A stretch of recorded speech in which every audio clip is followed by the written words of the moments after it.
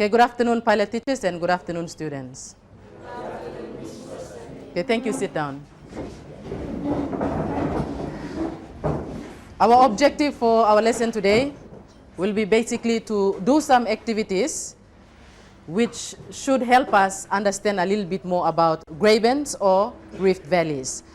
We have looked at different types of fault, and from those different types of fault, from what we have covered, we have studied about the 5 main simple types of fault. Sorry, not fold, but faults. And those 5 main simple types of faults that we have studied already about are, if you look at the information from the monitor, we have the normal fault, which is shown on diagram A. An example of a reverse fault shown on diagram B. Then we have a thrust fault, diagram C. We have a graben in diagram D, and the graben is also referred to as a rift valley, and the formation of a host in diagram E. And those were the different simple types of faults that we have covered already. Some of the main things that you need to look for in terms of identifying what type of faults are actually shown. You can look at the forces which are exerted or applied, and you can also look at the displacement, how displacement has occurred, resulting in the movements along the fault lines. For the displacement of a normal fault, we have vertical motion, and we also have tensional force. We looked at a photograph giving us an example of a normal fault. You were able to look at that photograph, and you were able to sketch the different strata, and as well as that, you were able to work out how the rocks have been displaced in relation to each other along the fault line. We also looked at an example of what we call step faulting, and again we have an information on normal fault. That is a sample of a normal fault, but here step faulting was actually introduced, and with the work that we looked at on step faulting, I mentioned simply that we're looking at a parallel series of faults with a repeated down throw in the same direction, as shown here by the simple sketch or diagram on the chart. And from the monitor, we did some work also on step faulting. We also had information given on reverse fault and how we can identify a reverse fault from a normal fault by looking at displacement and forces exerted. We've studied about a thrust fault and how it has developed or how it can develop. We also looked at the definition to what a thrust fault is. And from our chart here, we have the definition again, so that you can make reference to that. We also looked at the formation of a rift valley and a graben. And the main point to actually note on the formation of a graben are the multiple faults and the depressed area between multiple faults, resulting in the formation of a graben or rift valley.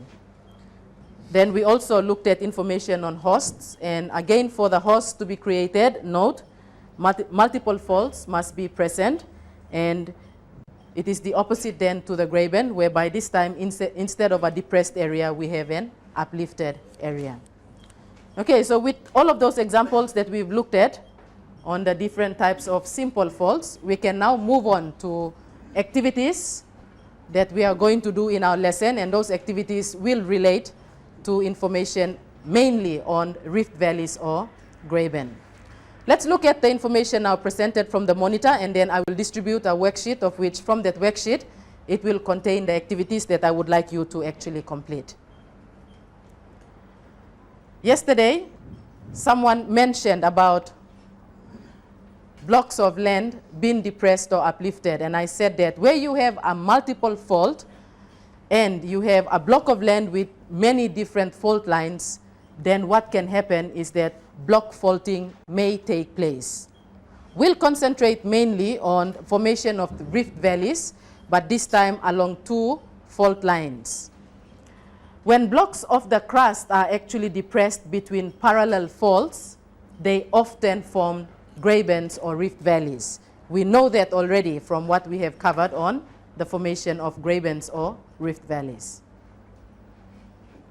One of the common examples of a famous rift valley around the world is that of the East African Rift Valley.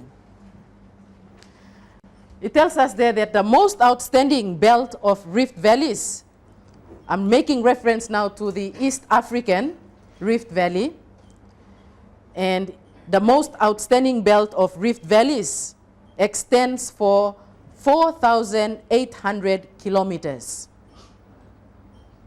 And it goes from Syria to the river Zambezi in East Africa. But this is the extent. We are looking at 4,800 kilometers of rift valley being created. And the belt, that is the East African Rift Valley Belt, it contains a number of well-developed rift valleys, some of which contain lakes whose beds are below sea level. Many of the valleys along the Great East African Rift Valley have precipitous sides, which are fault scarps and which are often very straight for many miles or many kilometers. When we go over to looking at a map, a sample of that particular area, then pay attention to the broken line on the map, because that broken line on the map will indicate the extent at which the Rift Valley, the East African Rift Valley, stretches from end to. We are looking at now the information of the East African Rift Valley, and the information goes on to tell us that the East African Rift has definite reverse faults in some places, while in others the fault appears to be normal. This particular rift, the East African Rift Valley, extends north to the Red Sea, which is thought to have been formed from a single fault in a zone of divergence. And I'll explain that a little bit more in detail when we go through looking at the activities. So we come back to the question that was asked yesterday: could it be possible that along block faulting there are normal faults and reverse faults being created? And I did say yes, and here is an example as given. So now we have the information of that particular area that I am making reference to, and this is the area showing us the East African Rift Valley from Syria, the country Syria, right down to the river Zambezi. Spend some time to look at that information. And also, this worksheet here contains a sample of that particular region that we are making reference to.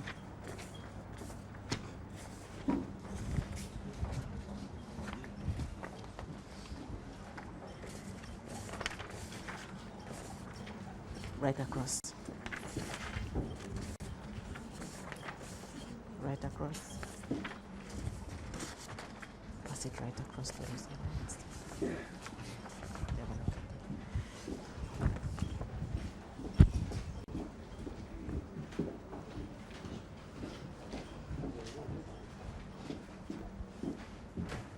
Okay, we're looking at the Great East African Rift Valley here.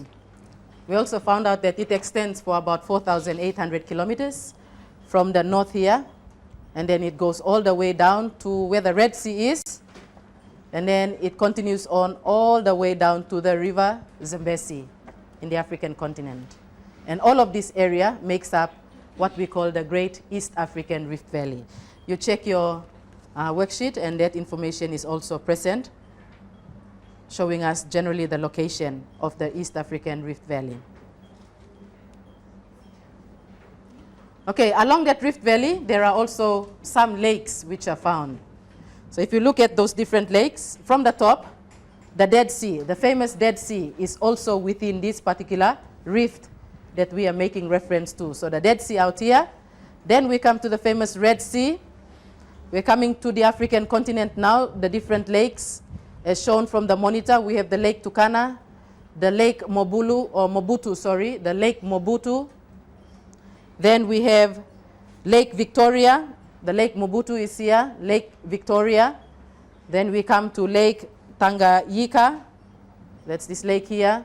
And then finally the lake Yasa, which is to the furthest south of that particular rift valley before we come to the river Zambezi.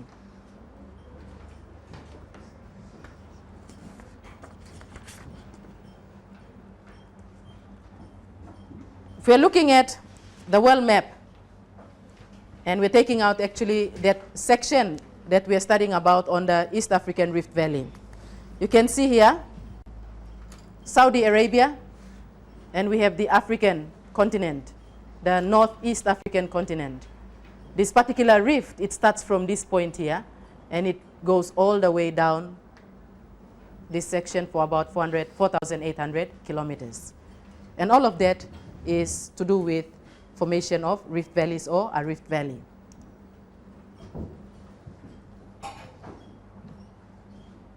Those different lakes also, from what we have found out, it mentions that some of those lakes, they are below sea level.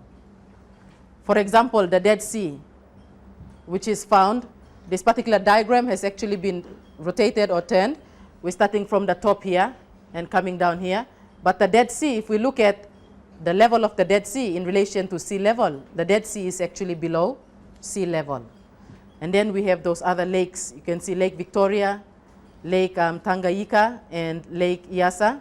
And we can see the black portion in those different channel shape features represent the water level, and also in terms of sea level, it shows us whether it is above sea level or below sea level.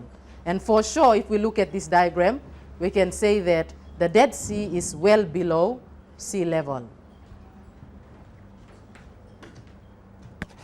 Some of those lakes are actually, or those lakes that are mentioned, are actually found within the East African Rift Valley. Okay, here you have a satellite image or photograph of that area that we are making reference to.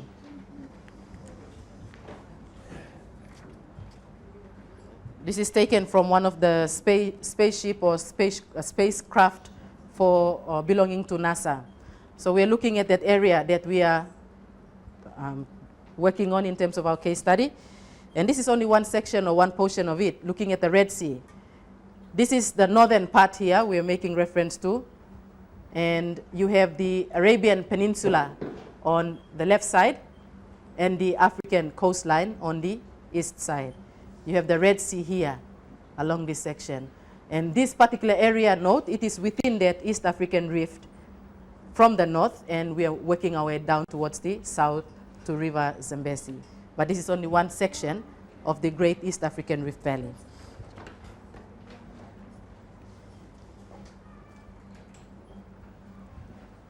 Then let's look at the origin of rift valleys. We've already studied that rift valleys are formed or could be formed as a result of subsidence of land between two parallel faults.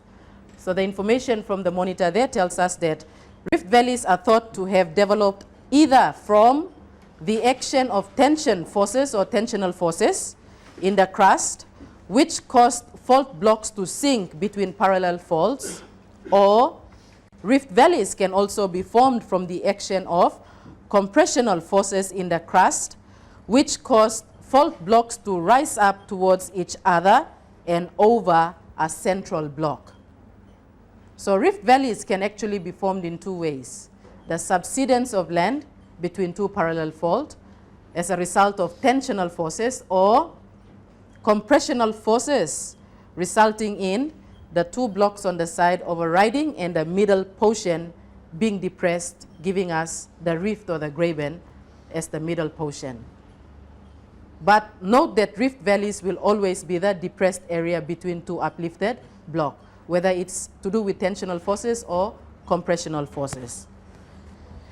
Many people, they think that compression has been solely responsible for most rift valleys. They argue that it could not be possible for blocks of the crust to sink into the heavier rocks of the simmer below the crust unless they were trapped there by the later pressure. So most people think that rift valleys are mainly caused as a result of compressional forces. But from what we have learned, rift valleys can be caused as a result of both tension or compression. Let's look at the diagram illustrating that information. The first lot of diagram here, you can tell straight away by looking at the blue arrows, and the blue arrows indicate tensional forces. Before, we have a block of land there. Tectonic movements, tectonic forces act on that block of land. Then what happens? Fault lines are actually developed. For the case here, we have two fault lines which have been developed. Tensional forces continue. Then what happens after the fault lines have been created? The middle portion then subsides, creating a rift valley. These are the three stages that rift valley can be formed through the process of tension. Similarly, rift valleys can also be caused as a result of compressional forces. We have before forces of compression exerted on that block of land, fault lines developed or cracks developed, and here we have an example of two faults being created here. The compressional forces continue to act on that land, then resulting in one block overriding the other, especially on both sides of the fault line then, meaning that the central portion then becomes depressed as a result of one block being forced up over the other on both sides, and that depressed area then giving us a rift valley or graben. So two ways in which rift valleys can be formed: tension or through the forces of compression.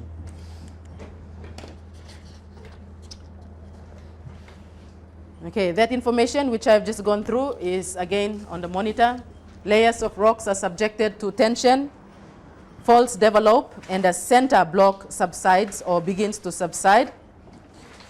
That's through the process of tension. And through the process of compression, layers of rocks are subjected to compression, faults develop, and the outer block begin to thrust up over the center block. And the overhanging sides of the rift valley can be, given time, be worn away through the process of erosion. So if we went back to looking at the diagram, we're making reference to this particular section here. Given time, the overhanging side through the process of compression can be actually eroded away, forming then the sides to the rift valley. As it is at this point in time, you can see this side here is also forming the side to the rift valley. But given time, those areas which have been uplifted can actually be eroded away.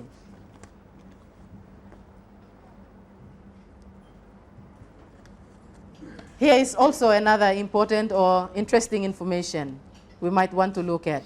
We've learned already that rift valleys can be formed either by compression or tensional forces along two fault lines.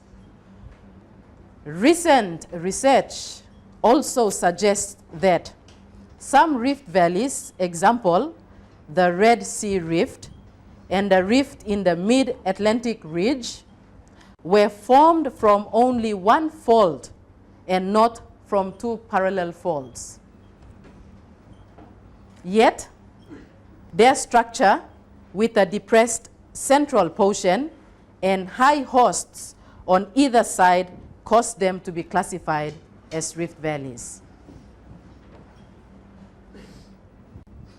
And in addition to the very large rift valleys that we've discussed, there are many other smaller rift valleys also around the world. Okay, and that explanation I gave on recent research have also found out that rift valleys can also be formed from just one fault line rather than two. Here is a sample of the diagram then illustrating that. We were looking at the Red Sea, where the Red Sea is. On the side of the Red Sea, there are two uplifted areas which are referred to as the hosts. But they are not formed as a result of two parallel faults. Rather, there is only one fault line evident there to form the depressed area of which the Red Sea sits. And on either side of it, there is the host of the Western Arabia and the host of Egypt and Somalia. And because the definition to a rift valley is a depressed area between two parallel faults, exception can be made now because of what research has done. Two areas of such in this particular example, that rift valleys can also be formed from one fault line and not always from two fault lines. And a good example is that of the formation of where the Red Sea is.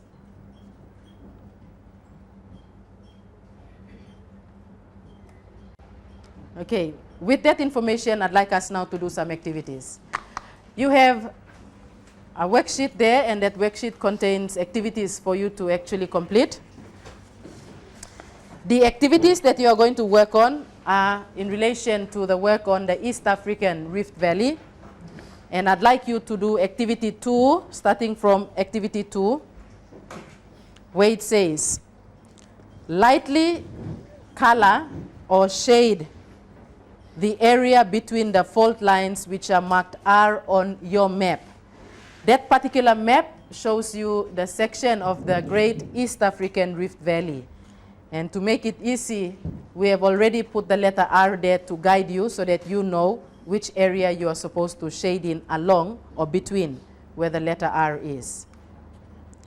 After your shading, from what we have covered already, or you can make reference to the atlas, and from your atlas, I'd like you to correctly write the names of the different places on those spaces that are provided. If you can see, there are arrows here pointing to some of the lakes, and those arrows there are for you to actually write in the names of those places that are mentioned: the Dead Sea, Red Sea, Lake Turkana, Lake Tanganyika, and Lake Malawi. You can use an atlas showing the map of Africa for the completion of that work. Also note on your handout or from the monitor, you are asked to calculate how wide is the rift valley in which the Red Sea lies.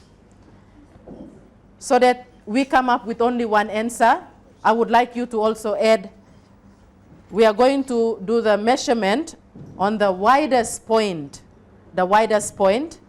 in which the Red Sea lies. So you find the widest point and then you use the measurement for you to calculate. You need to use the scale of the map, and there is a scale given on your map. Finally, how long is Lake Malawi? You're going to measure again and use the scale to calculate the distance. You give your answer for the width of the rift valley in which the Red Sea lies in kilometers, and you also give your answer for how long is Lake Malawi in kilometers. Okay, I'd like you to work now on those activities.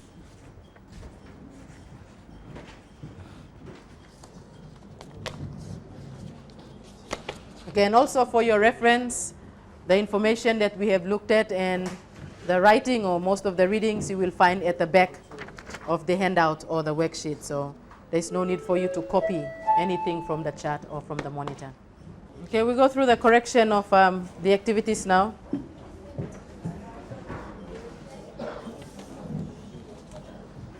Okay, our first task is for you to lightly shade or color the area between the fault lines, and the letter R has been placed there to help guide you so that you know exactly which areas you're supposed to shade in. Okay, you check if you have done your shading. Note, shade starting from here all the way through here and then down, then also continue on with the rest where the letter R's are. So I'll repeat again, we're supposed to start from here, shade all those areas in between where the broken line, or not the broken line, but the line has been drawn all the way through here, down, and then we continue on with this portion and also this section here. So your guide is the letter R, and it is supposed to show you where to shade. If you follow that information, all of that information then shows us the extent to which the East African Rift Valley goes from Syria in the north all the way to River Zambezi in the south. Okay, this time we're looking at placing the names of those different lakes and seas. So we start from the top, note and do your correction. The Dead Sea will be the furthest north. Then you have the Red Sea. This is the area that we've looked at also on the satellite photograph. All of this area, which is the Red Sea. Then you have Lake Turkana, the first of those lakes there in the African continent, as we are moving from the north down to the south. This area here shows Lake Tanganyika. And at the bottom, the furthest south, closest to River Zambezi, you have Lake Malawi. So this is Lake Malawi here. Okay, looking at how wide is the rift valley in which the Red Sea lies. I told you to look at the widest point along the Red Sea. And if you do the measurements correctly, the widest point will be around here. And if you measure, it will be about 1.9 centimeters. Is that right? Yes, about 1.9 centimeters. What is the scale of the map? Scale of the map? 1 point, or is it 2 centimeters? 1.3 centimeters is equivalent to 600 kilometers. Okay, that's the scale of the map. So here goes. We said 1.9 was the widest point. And using the scale of that map, then we can calculate how wide in kilometers if the scale is 1.3 cm to 600. So all we do is 1.9 multiplied by 600. And we divide that by 1.3. And our answer will be, what would be the answer when we do our calculations? 1.9 times 600 divided by 1.3. Double check quickly, calculator.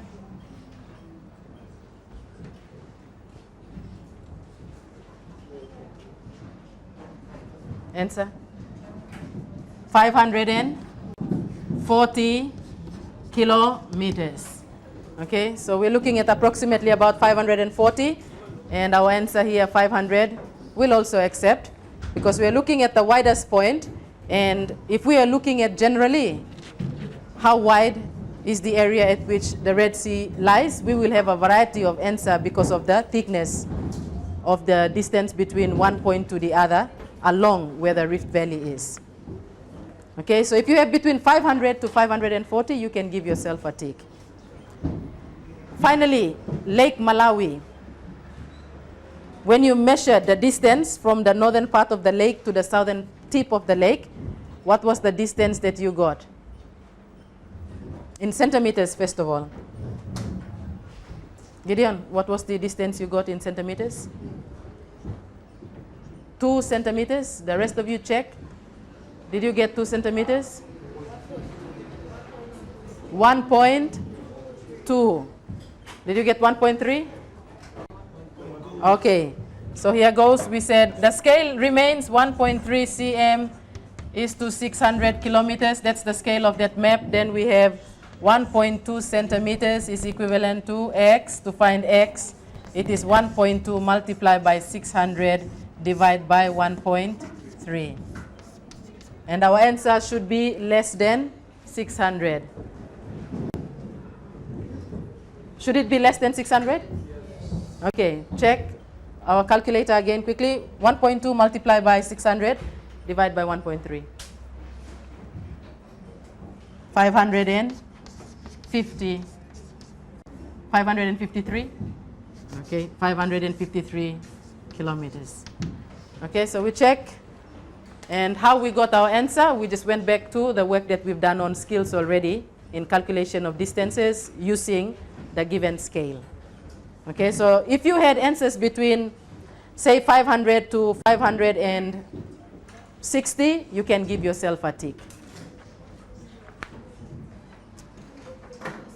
That will also conclude our lesson for today. Before we finish off, is there anyone who has any questions or queries that you would like to ask with regard to what we have covered? Any questions with regards to what we have covered? Val, you have a question? Okay, Val has a question.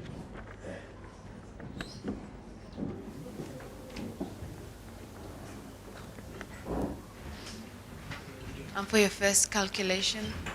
Okay, for the first calculation, yes? Yes, we got 876, not 540.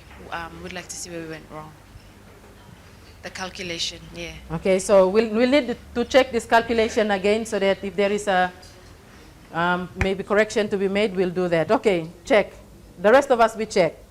First of all, let's measure at the widest point.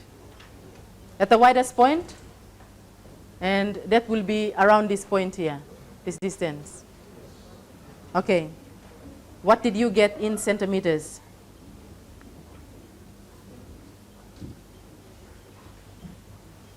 We are checking. Val would like us to check this answer, so we're checking. The distance in centimeters? 1.6? 1.6?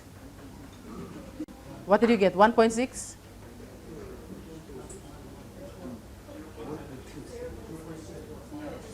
At the widest point? 0.7? Double check. We'll have to make the correction then.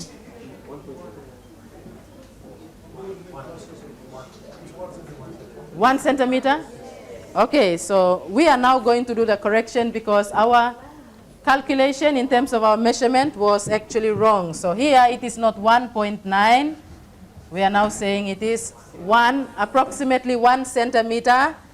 And if it is going to be 1 centimeter, then we have the scale as 1.3 cm to 600. 1 centimeter is to x. To find x, it is 1 times 600 divided by 1.3. Okay? And what will our answer be? It will be 460 kilometers. Val, are we happy with this now? 62? Yes, we're happy with that now? Okay, good. So we have now made correction. Previously, our measurement was wrong, therefore we came up with the wrong answer. Now we have corrected our measurement, and you have all agreed that we will be looking at approximately 460 kilometers. We happy with that?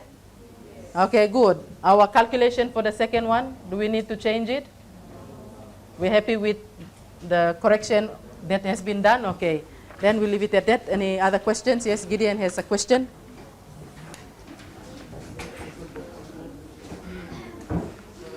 For the general, for everything we've learned, can volcanoes be felt during the process of faulting and folding, or are they a gradual process? Volcanoes, can they be felt or formed? Earthquakes? Earthquakes, definitely, yes. Sorry, earthquakes. Yes. Earthquakes, definitely. Through the process of faulting or even folding, because it has to do with earth movements, obviously there will be earthquakes if you have one plate meeting the other and you live near that area. So obviously earthquakes will be felt. Also volcanoes can be formed during the process of faulting. So your question is definitely a good question, because in faulting also volcanicity is present, especially in terms of volcanoes being formed or created and magma coming up also from the surface, especially where there are faults or cracks. Good question. Any other questions? Okay, if there are no other questions, then basically what we have covered in our lesson today is looking at a case study of rift valleys or graben, and getting to recognize one of the famous rift valleys in the world, and that is the one on the East African Rift Valley. That also brings us to the end of the lesson. Class, if you can now stand up.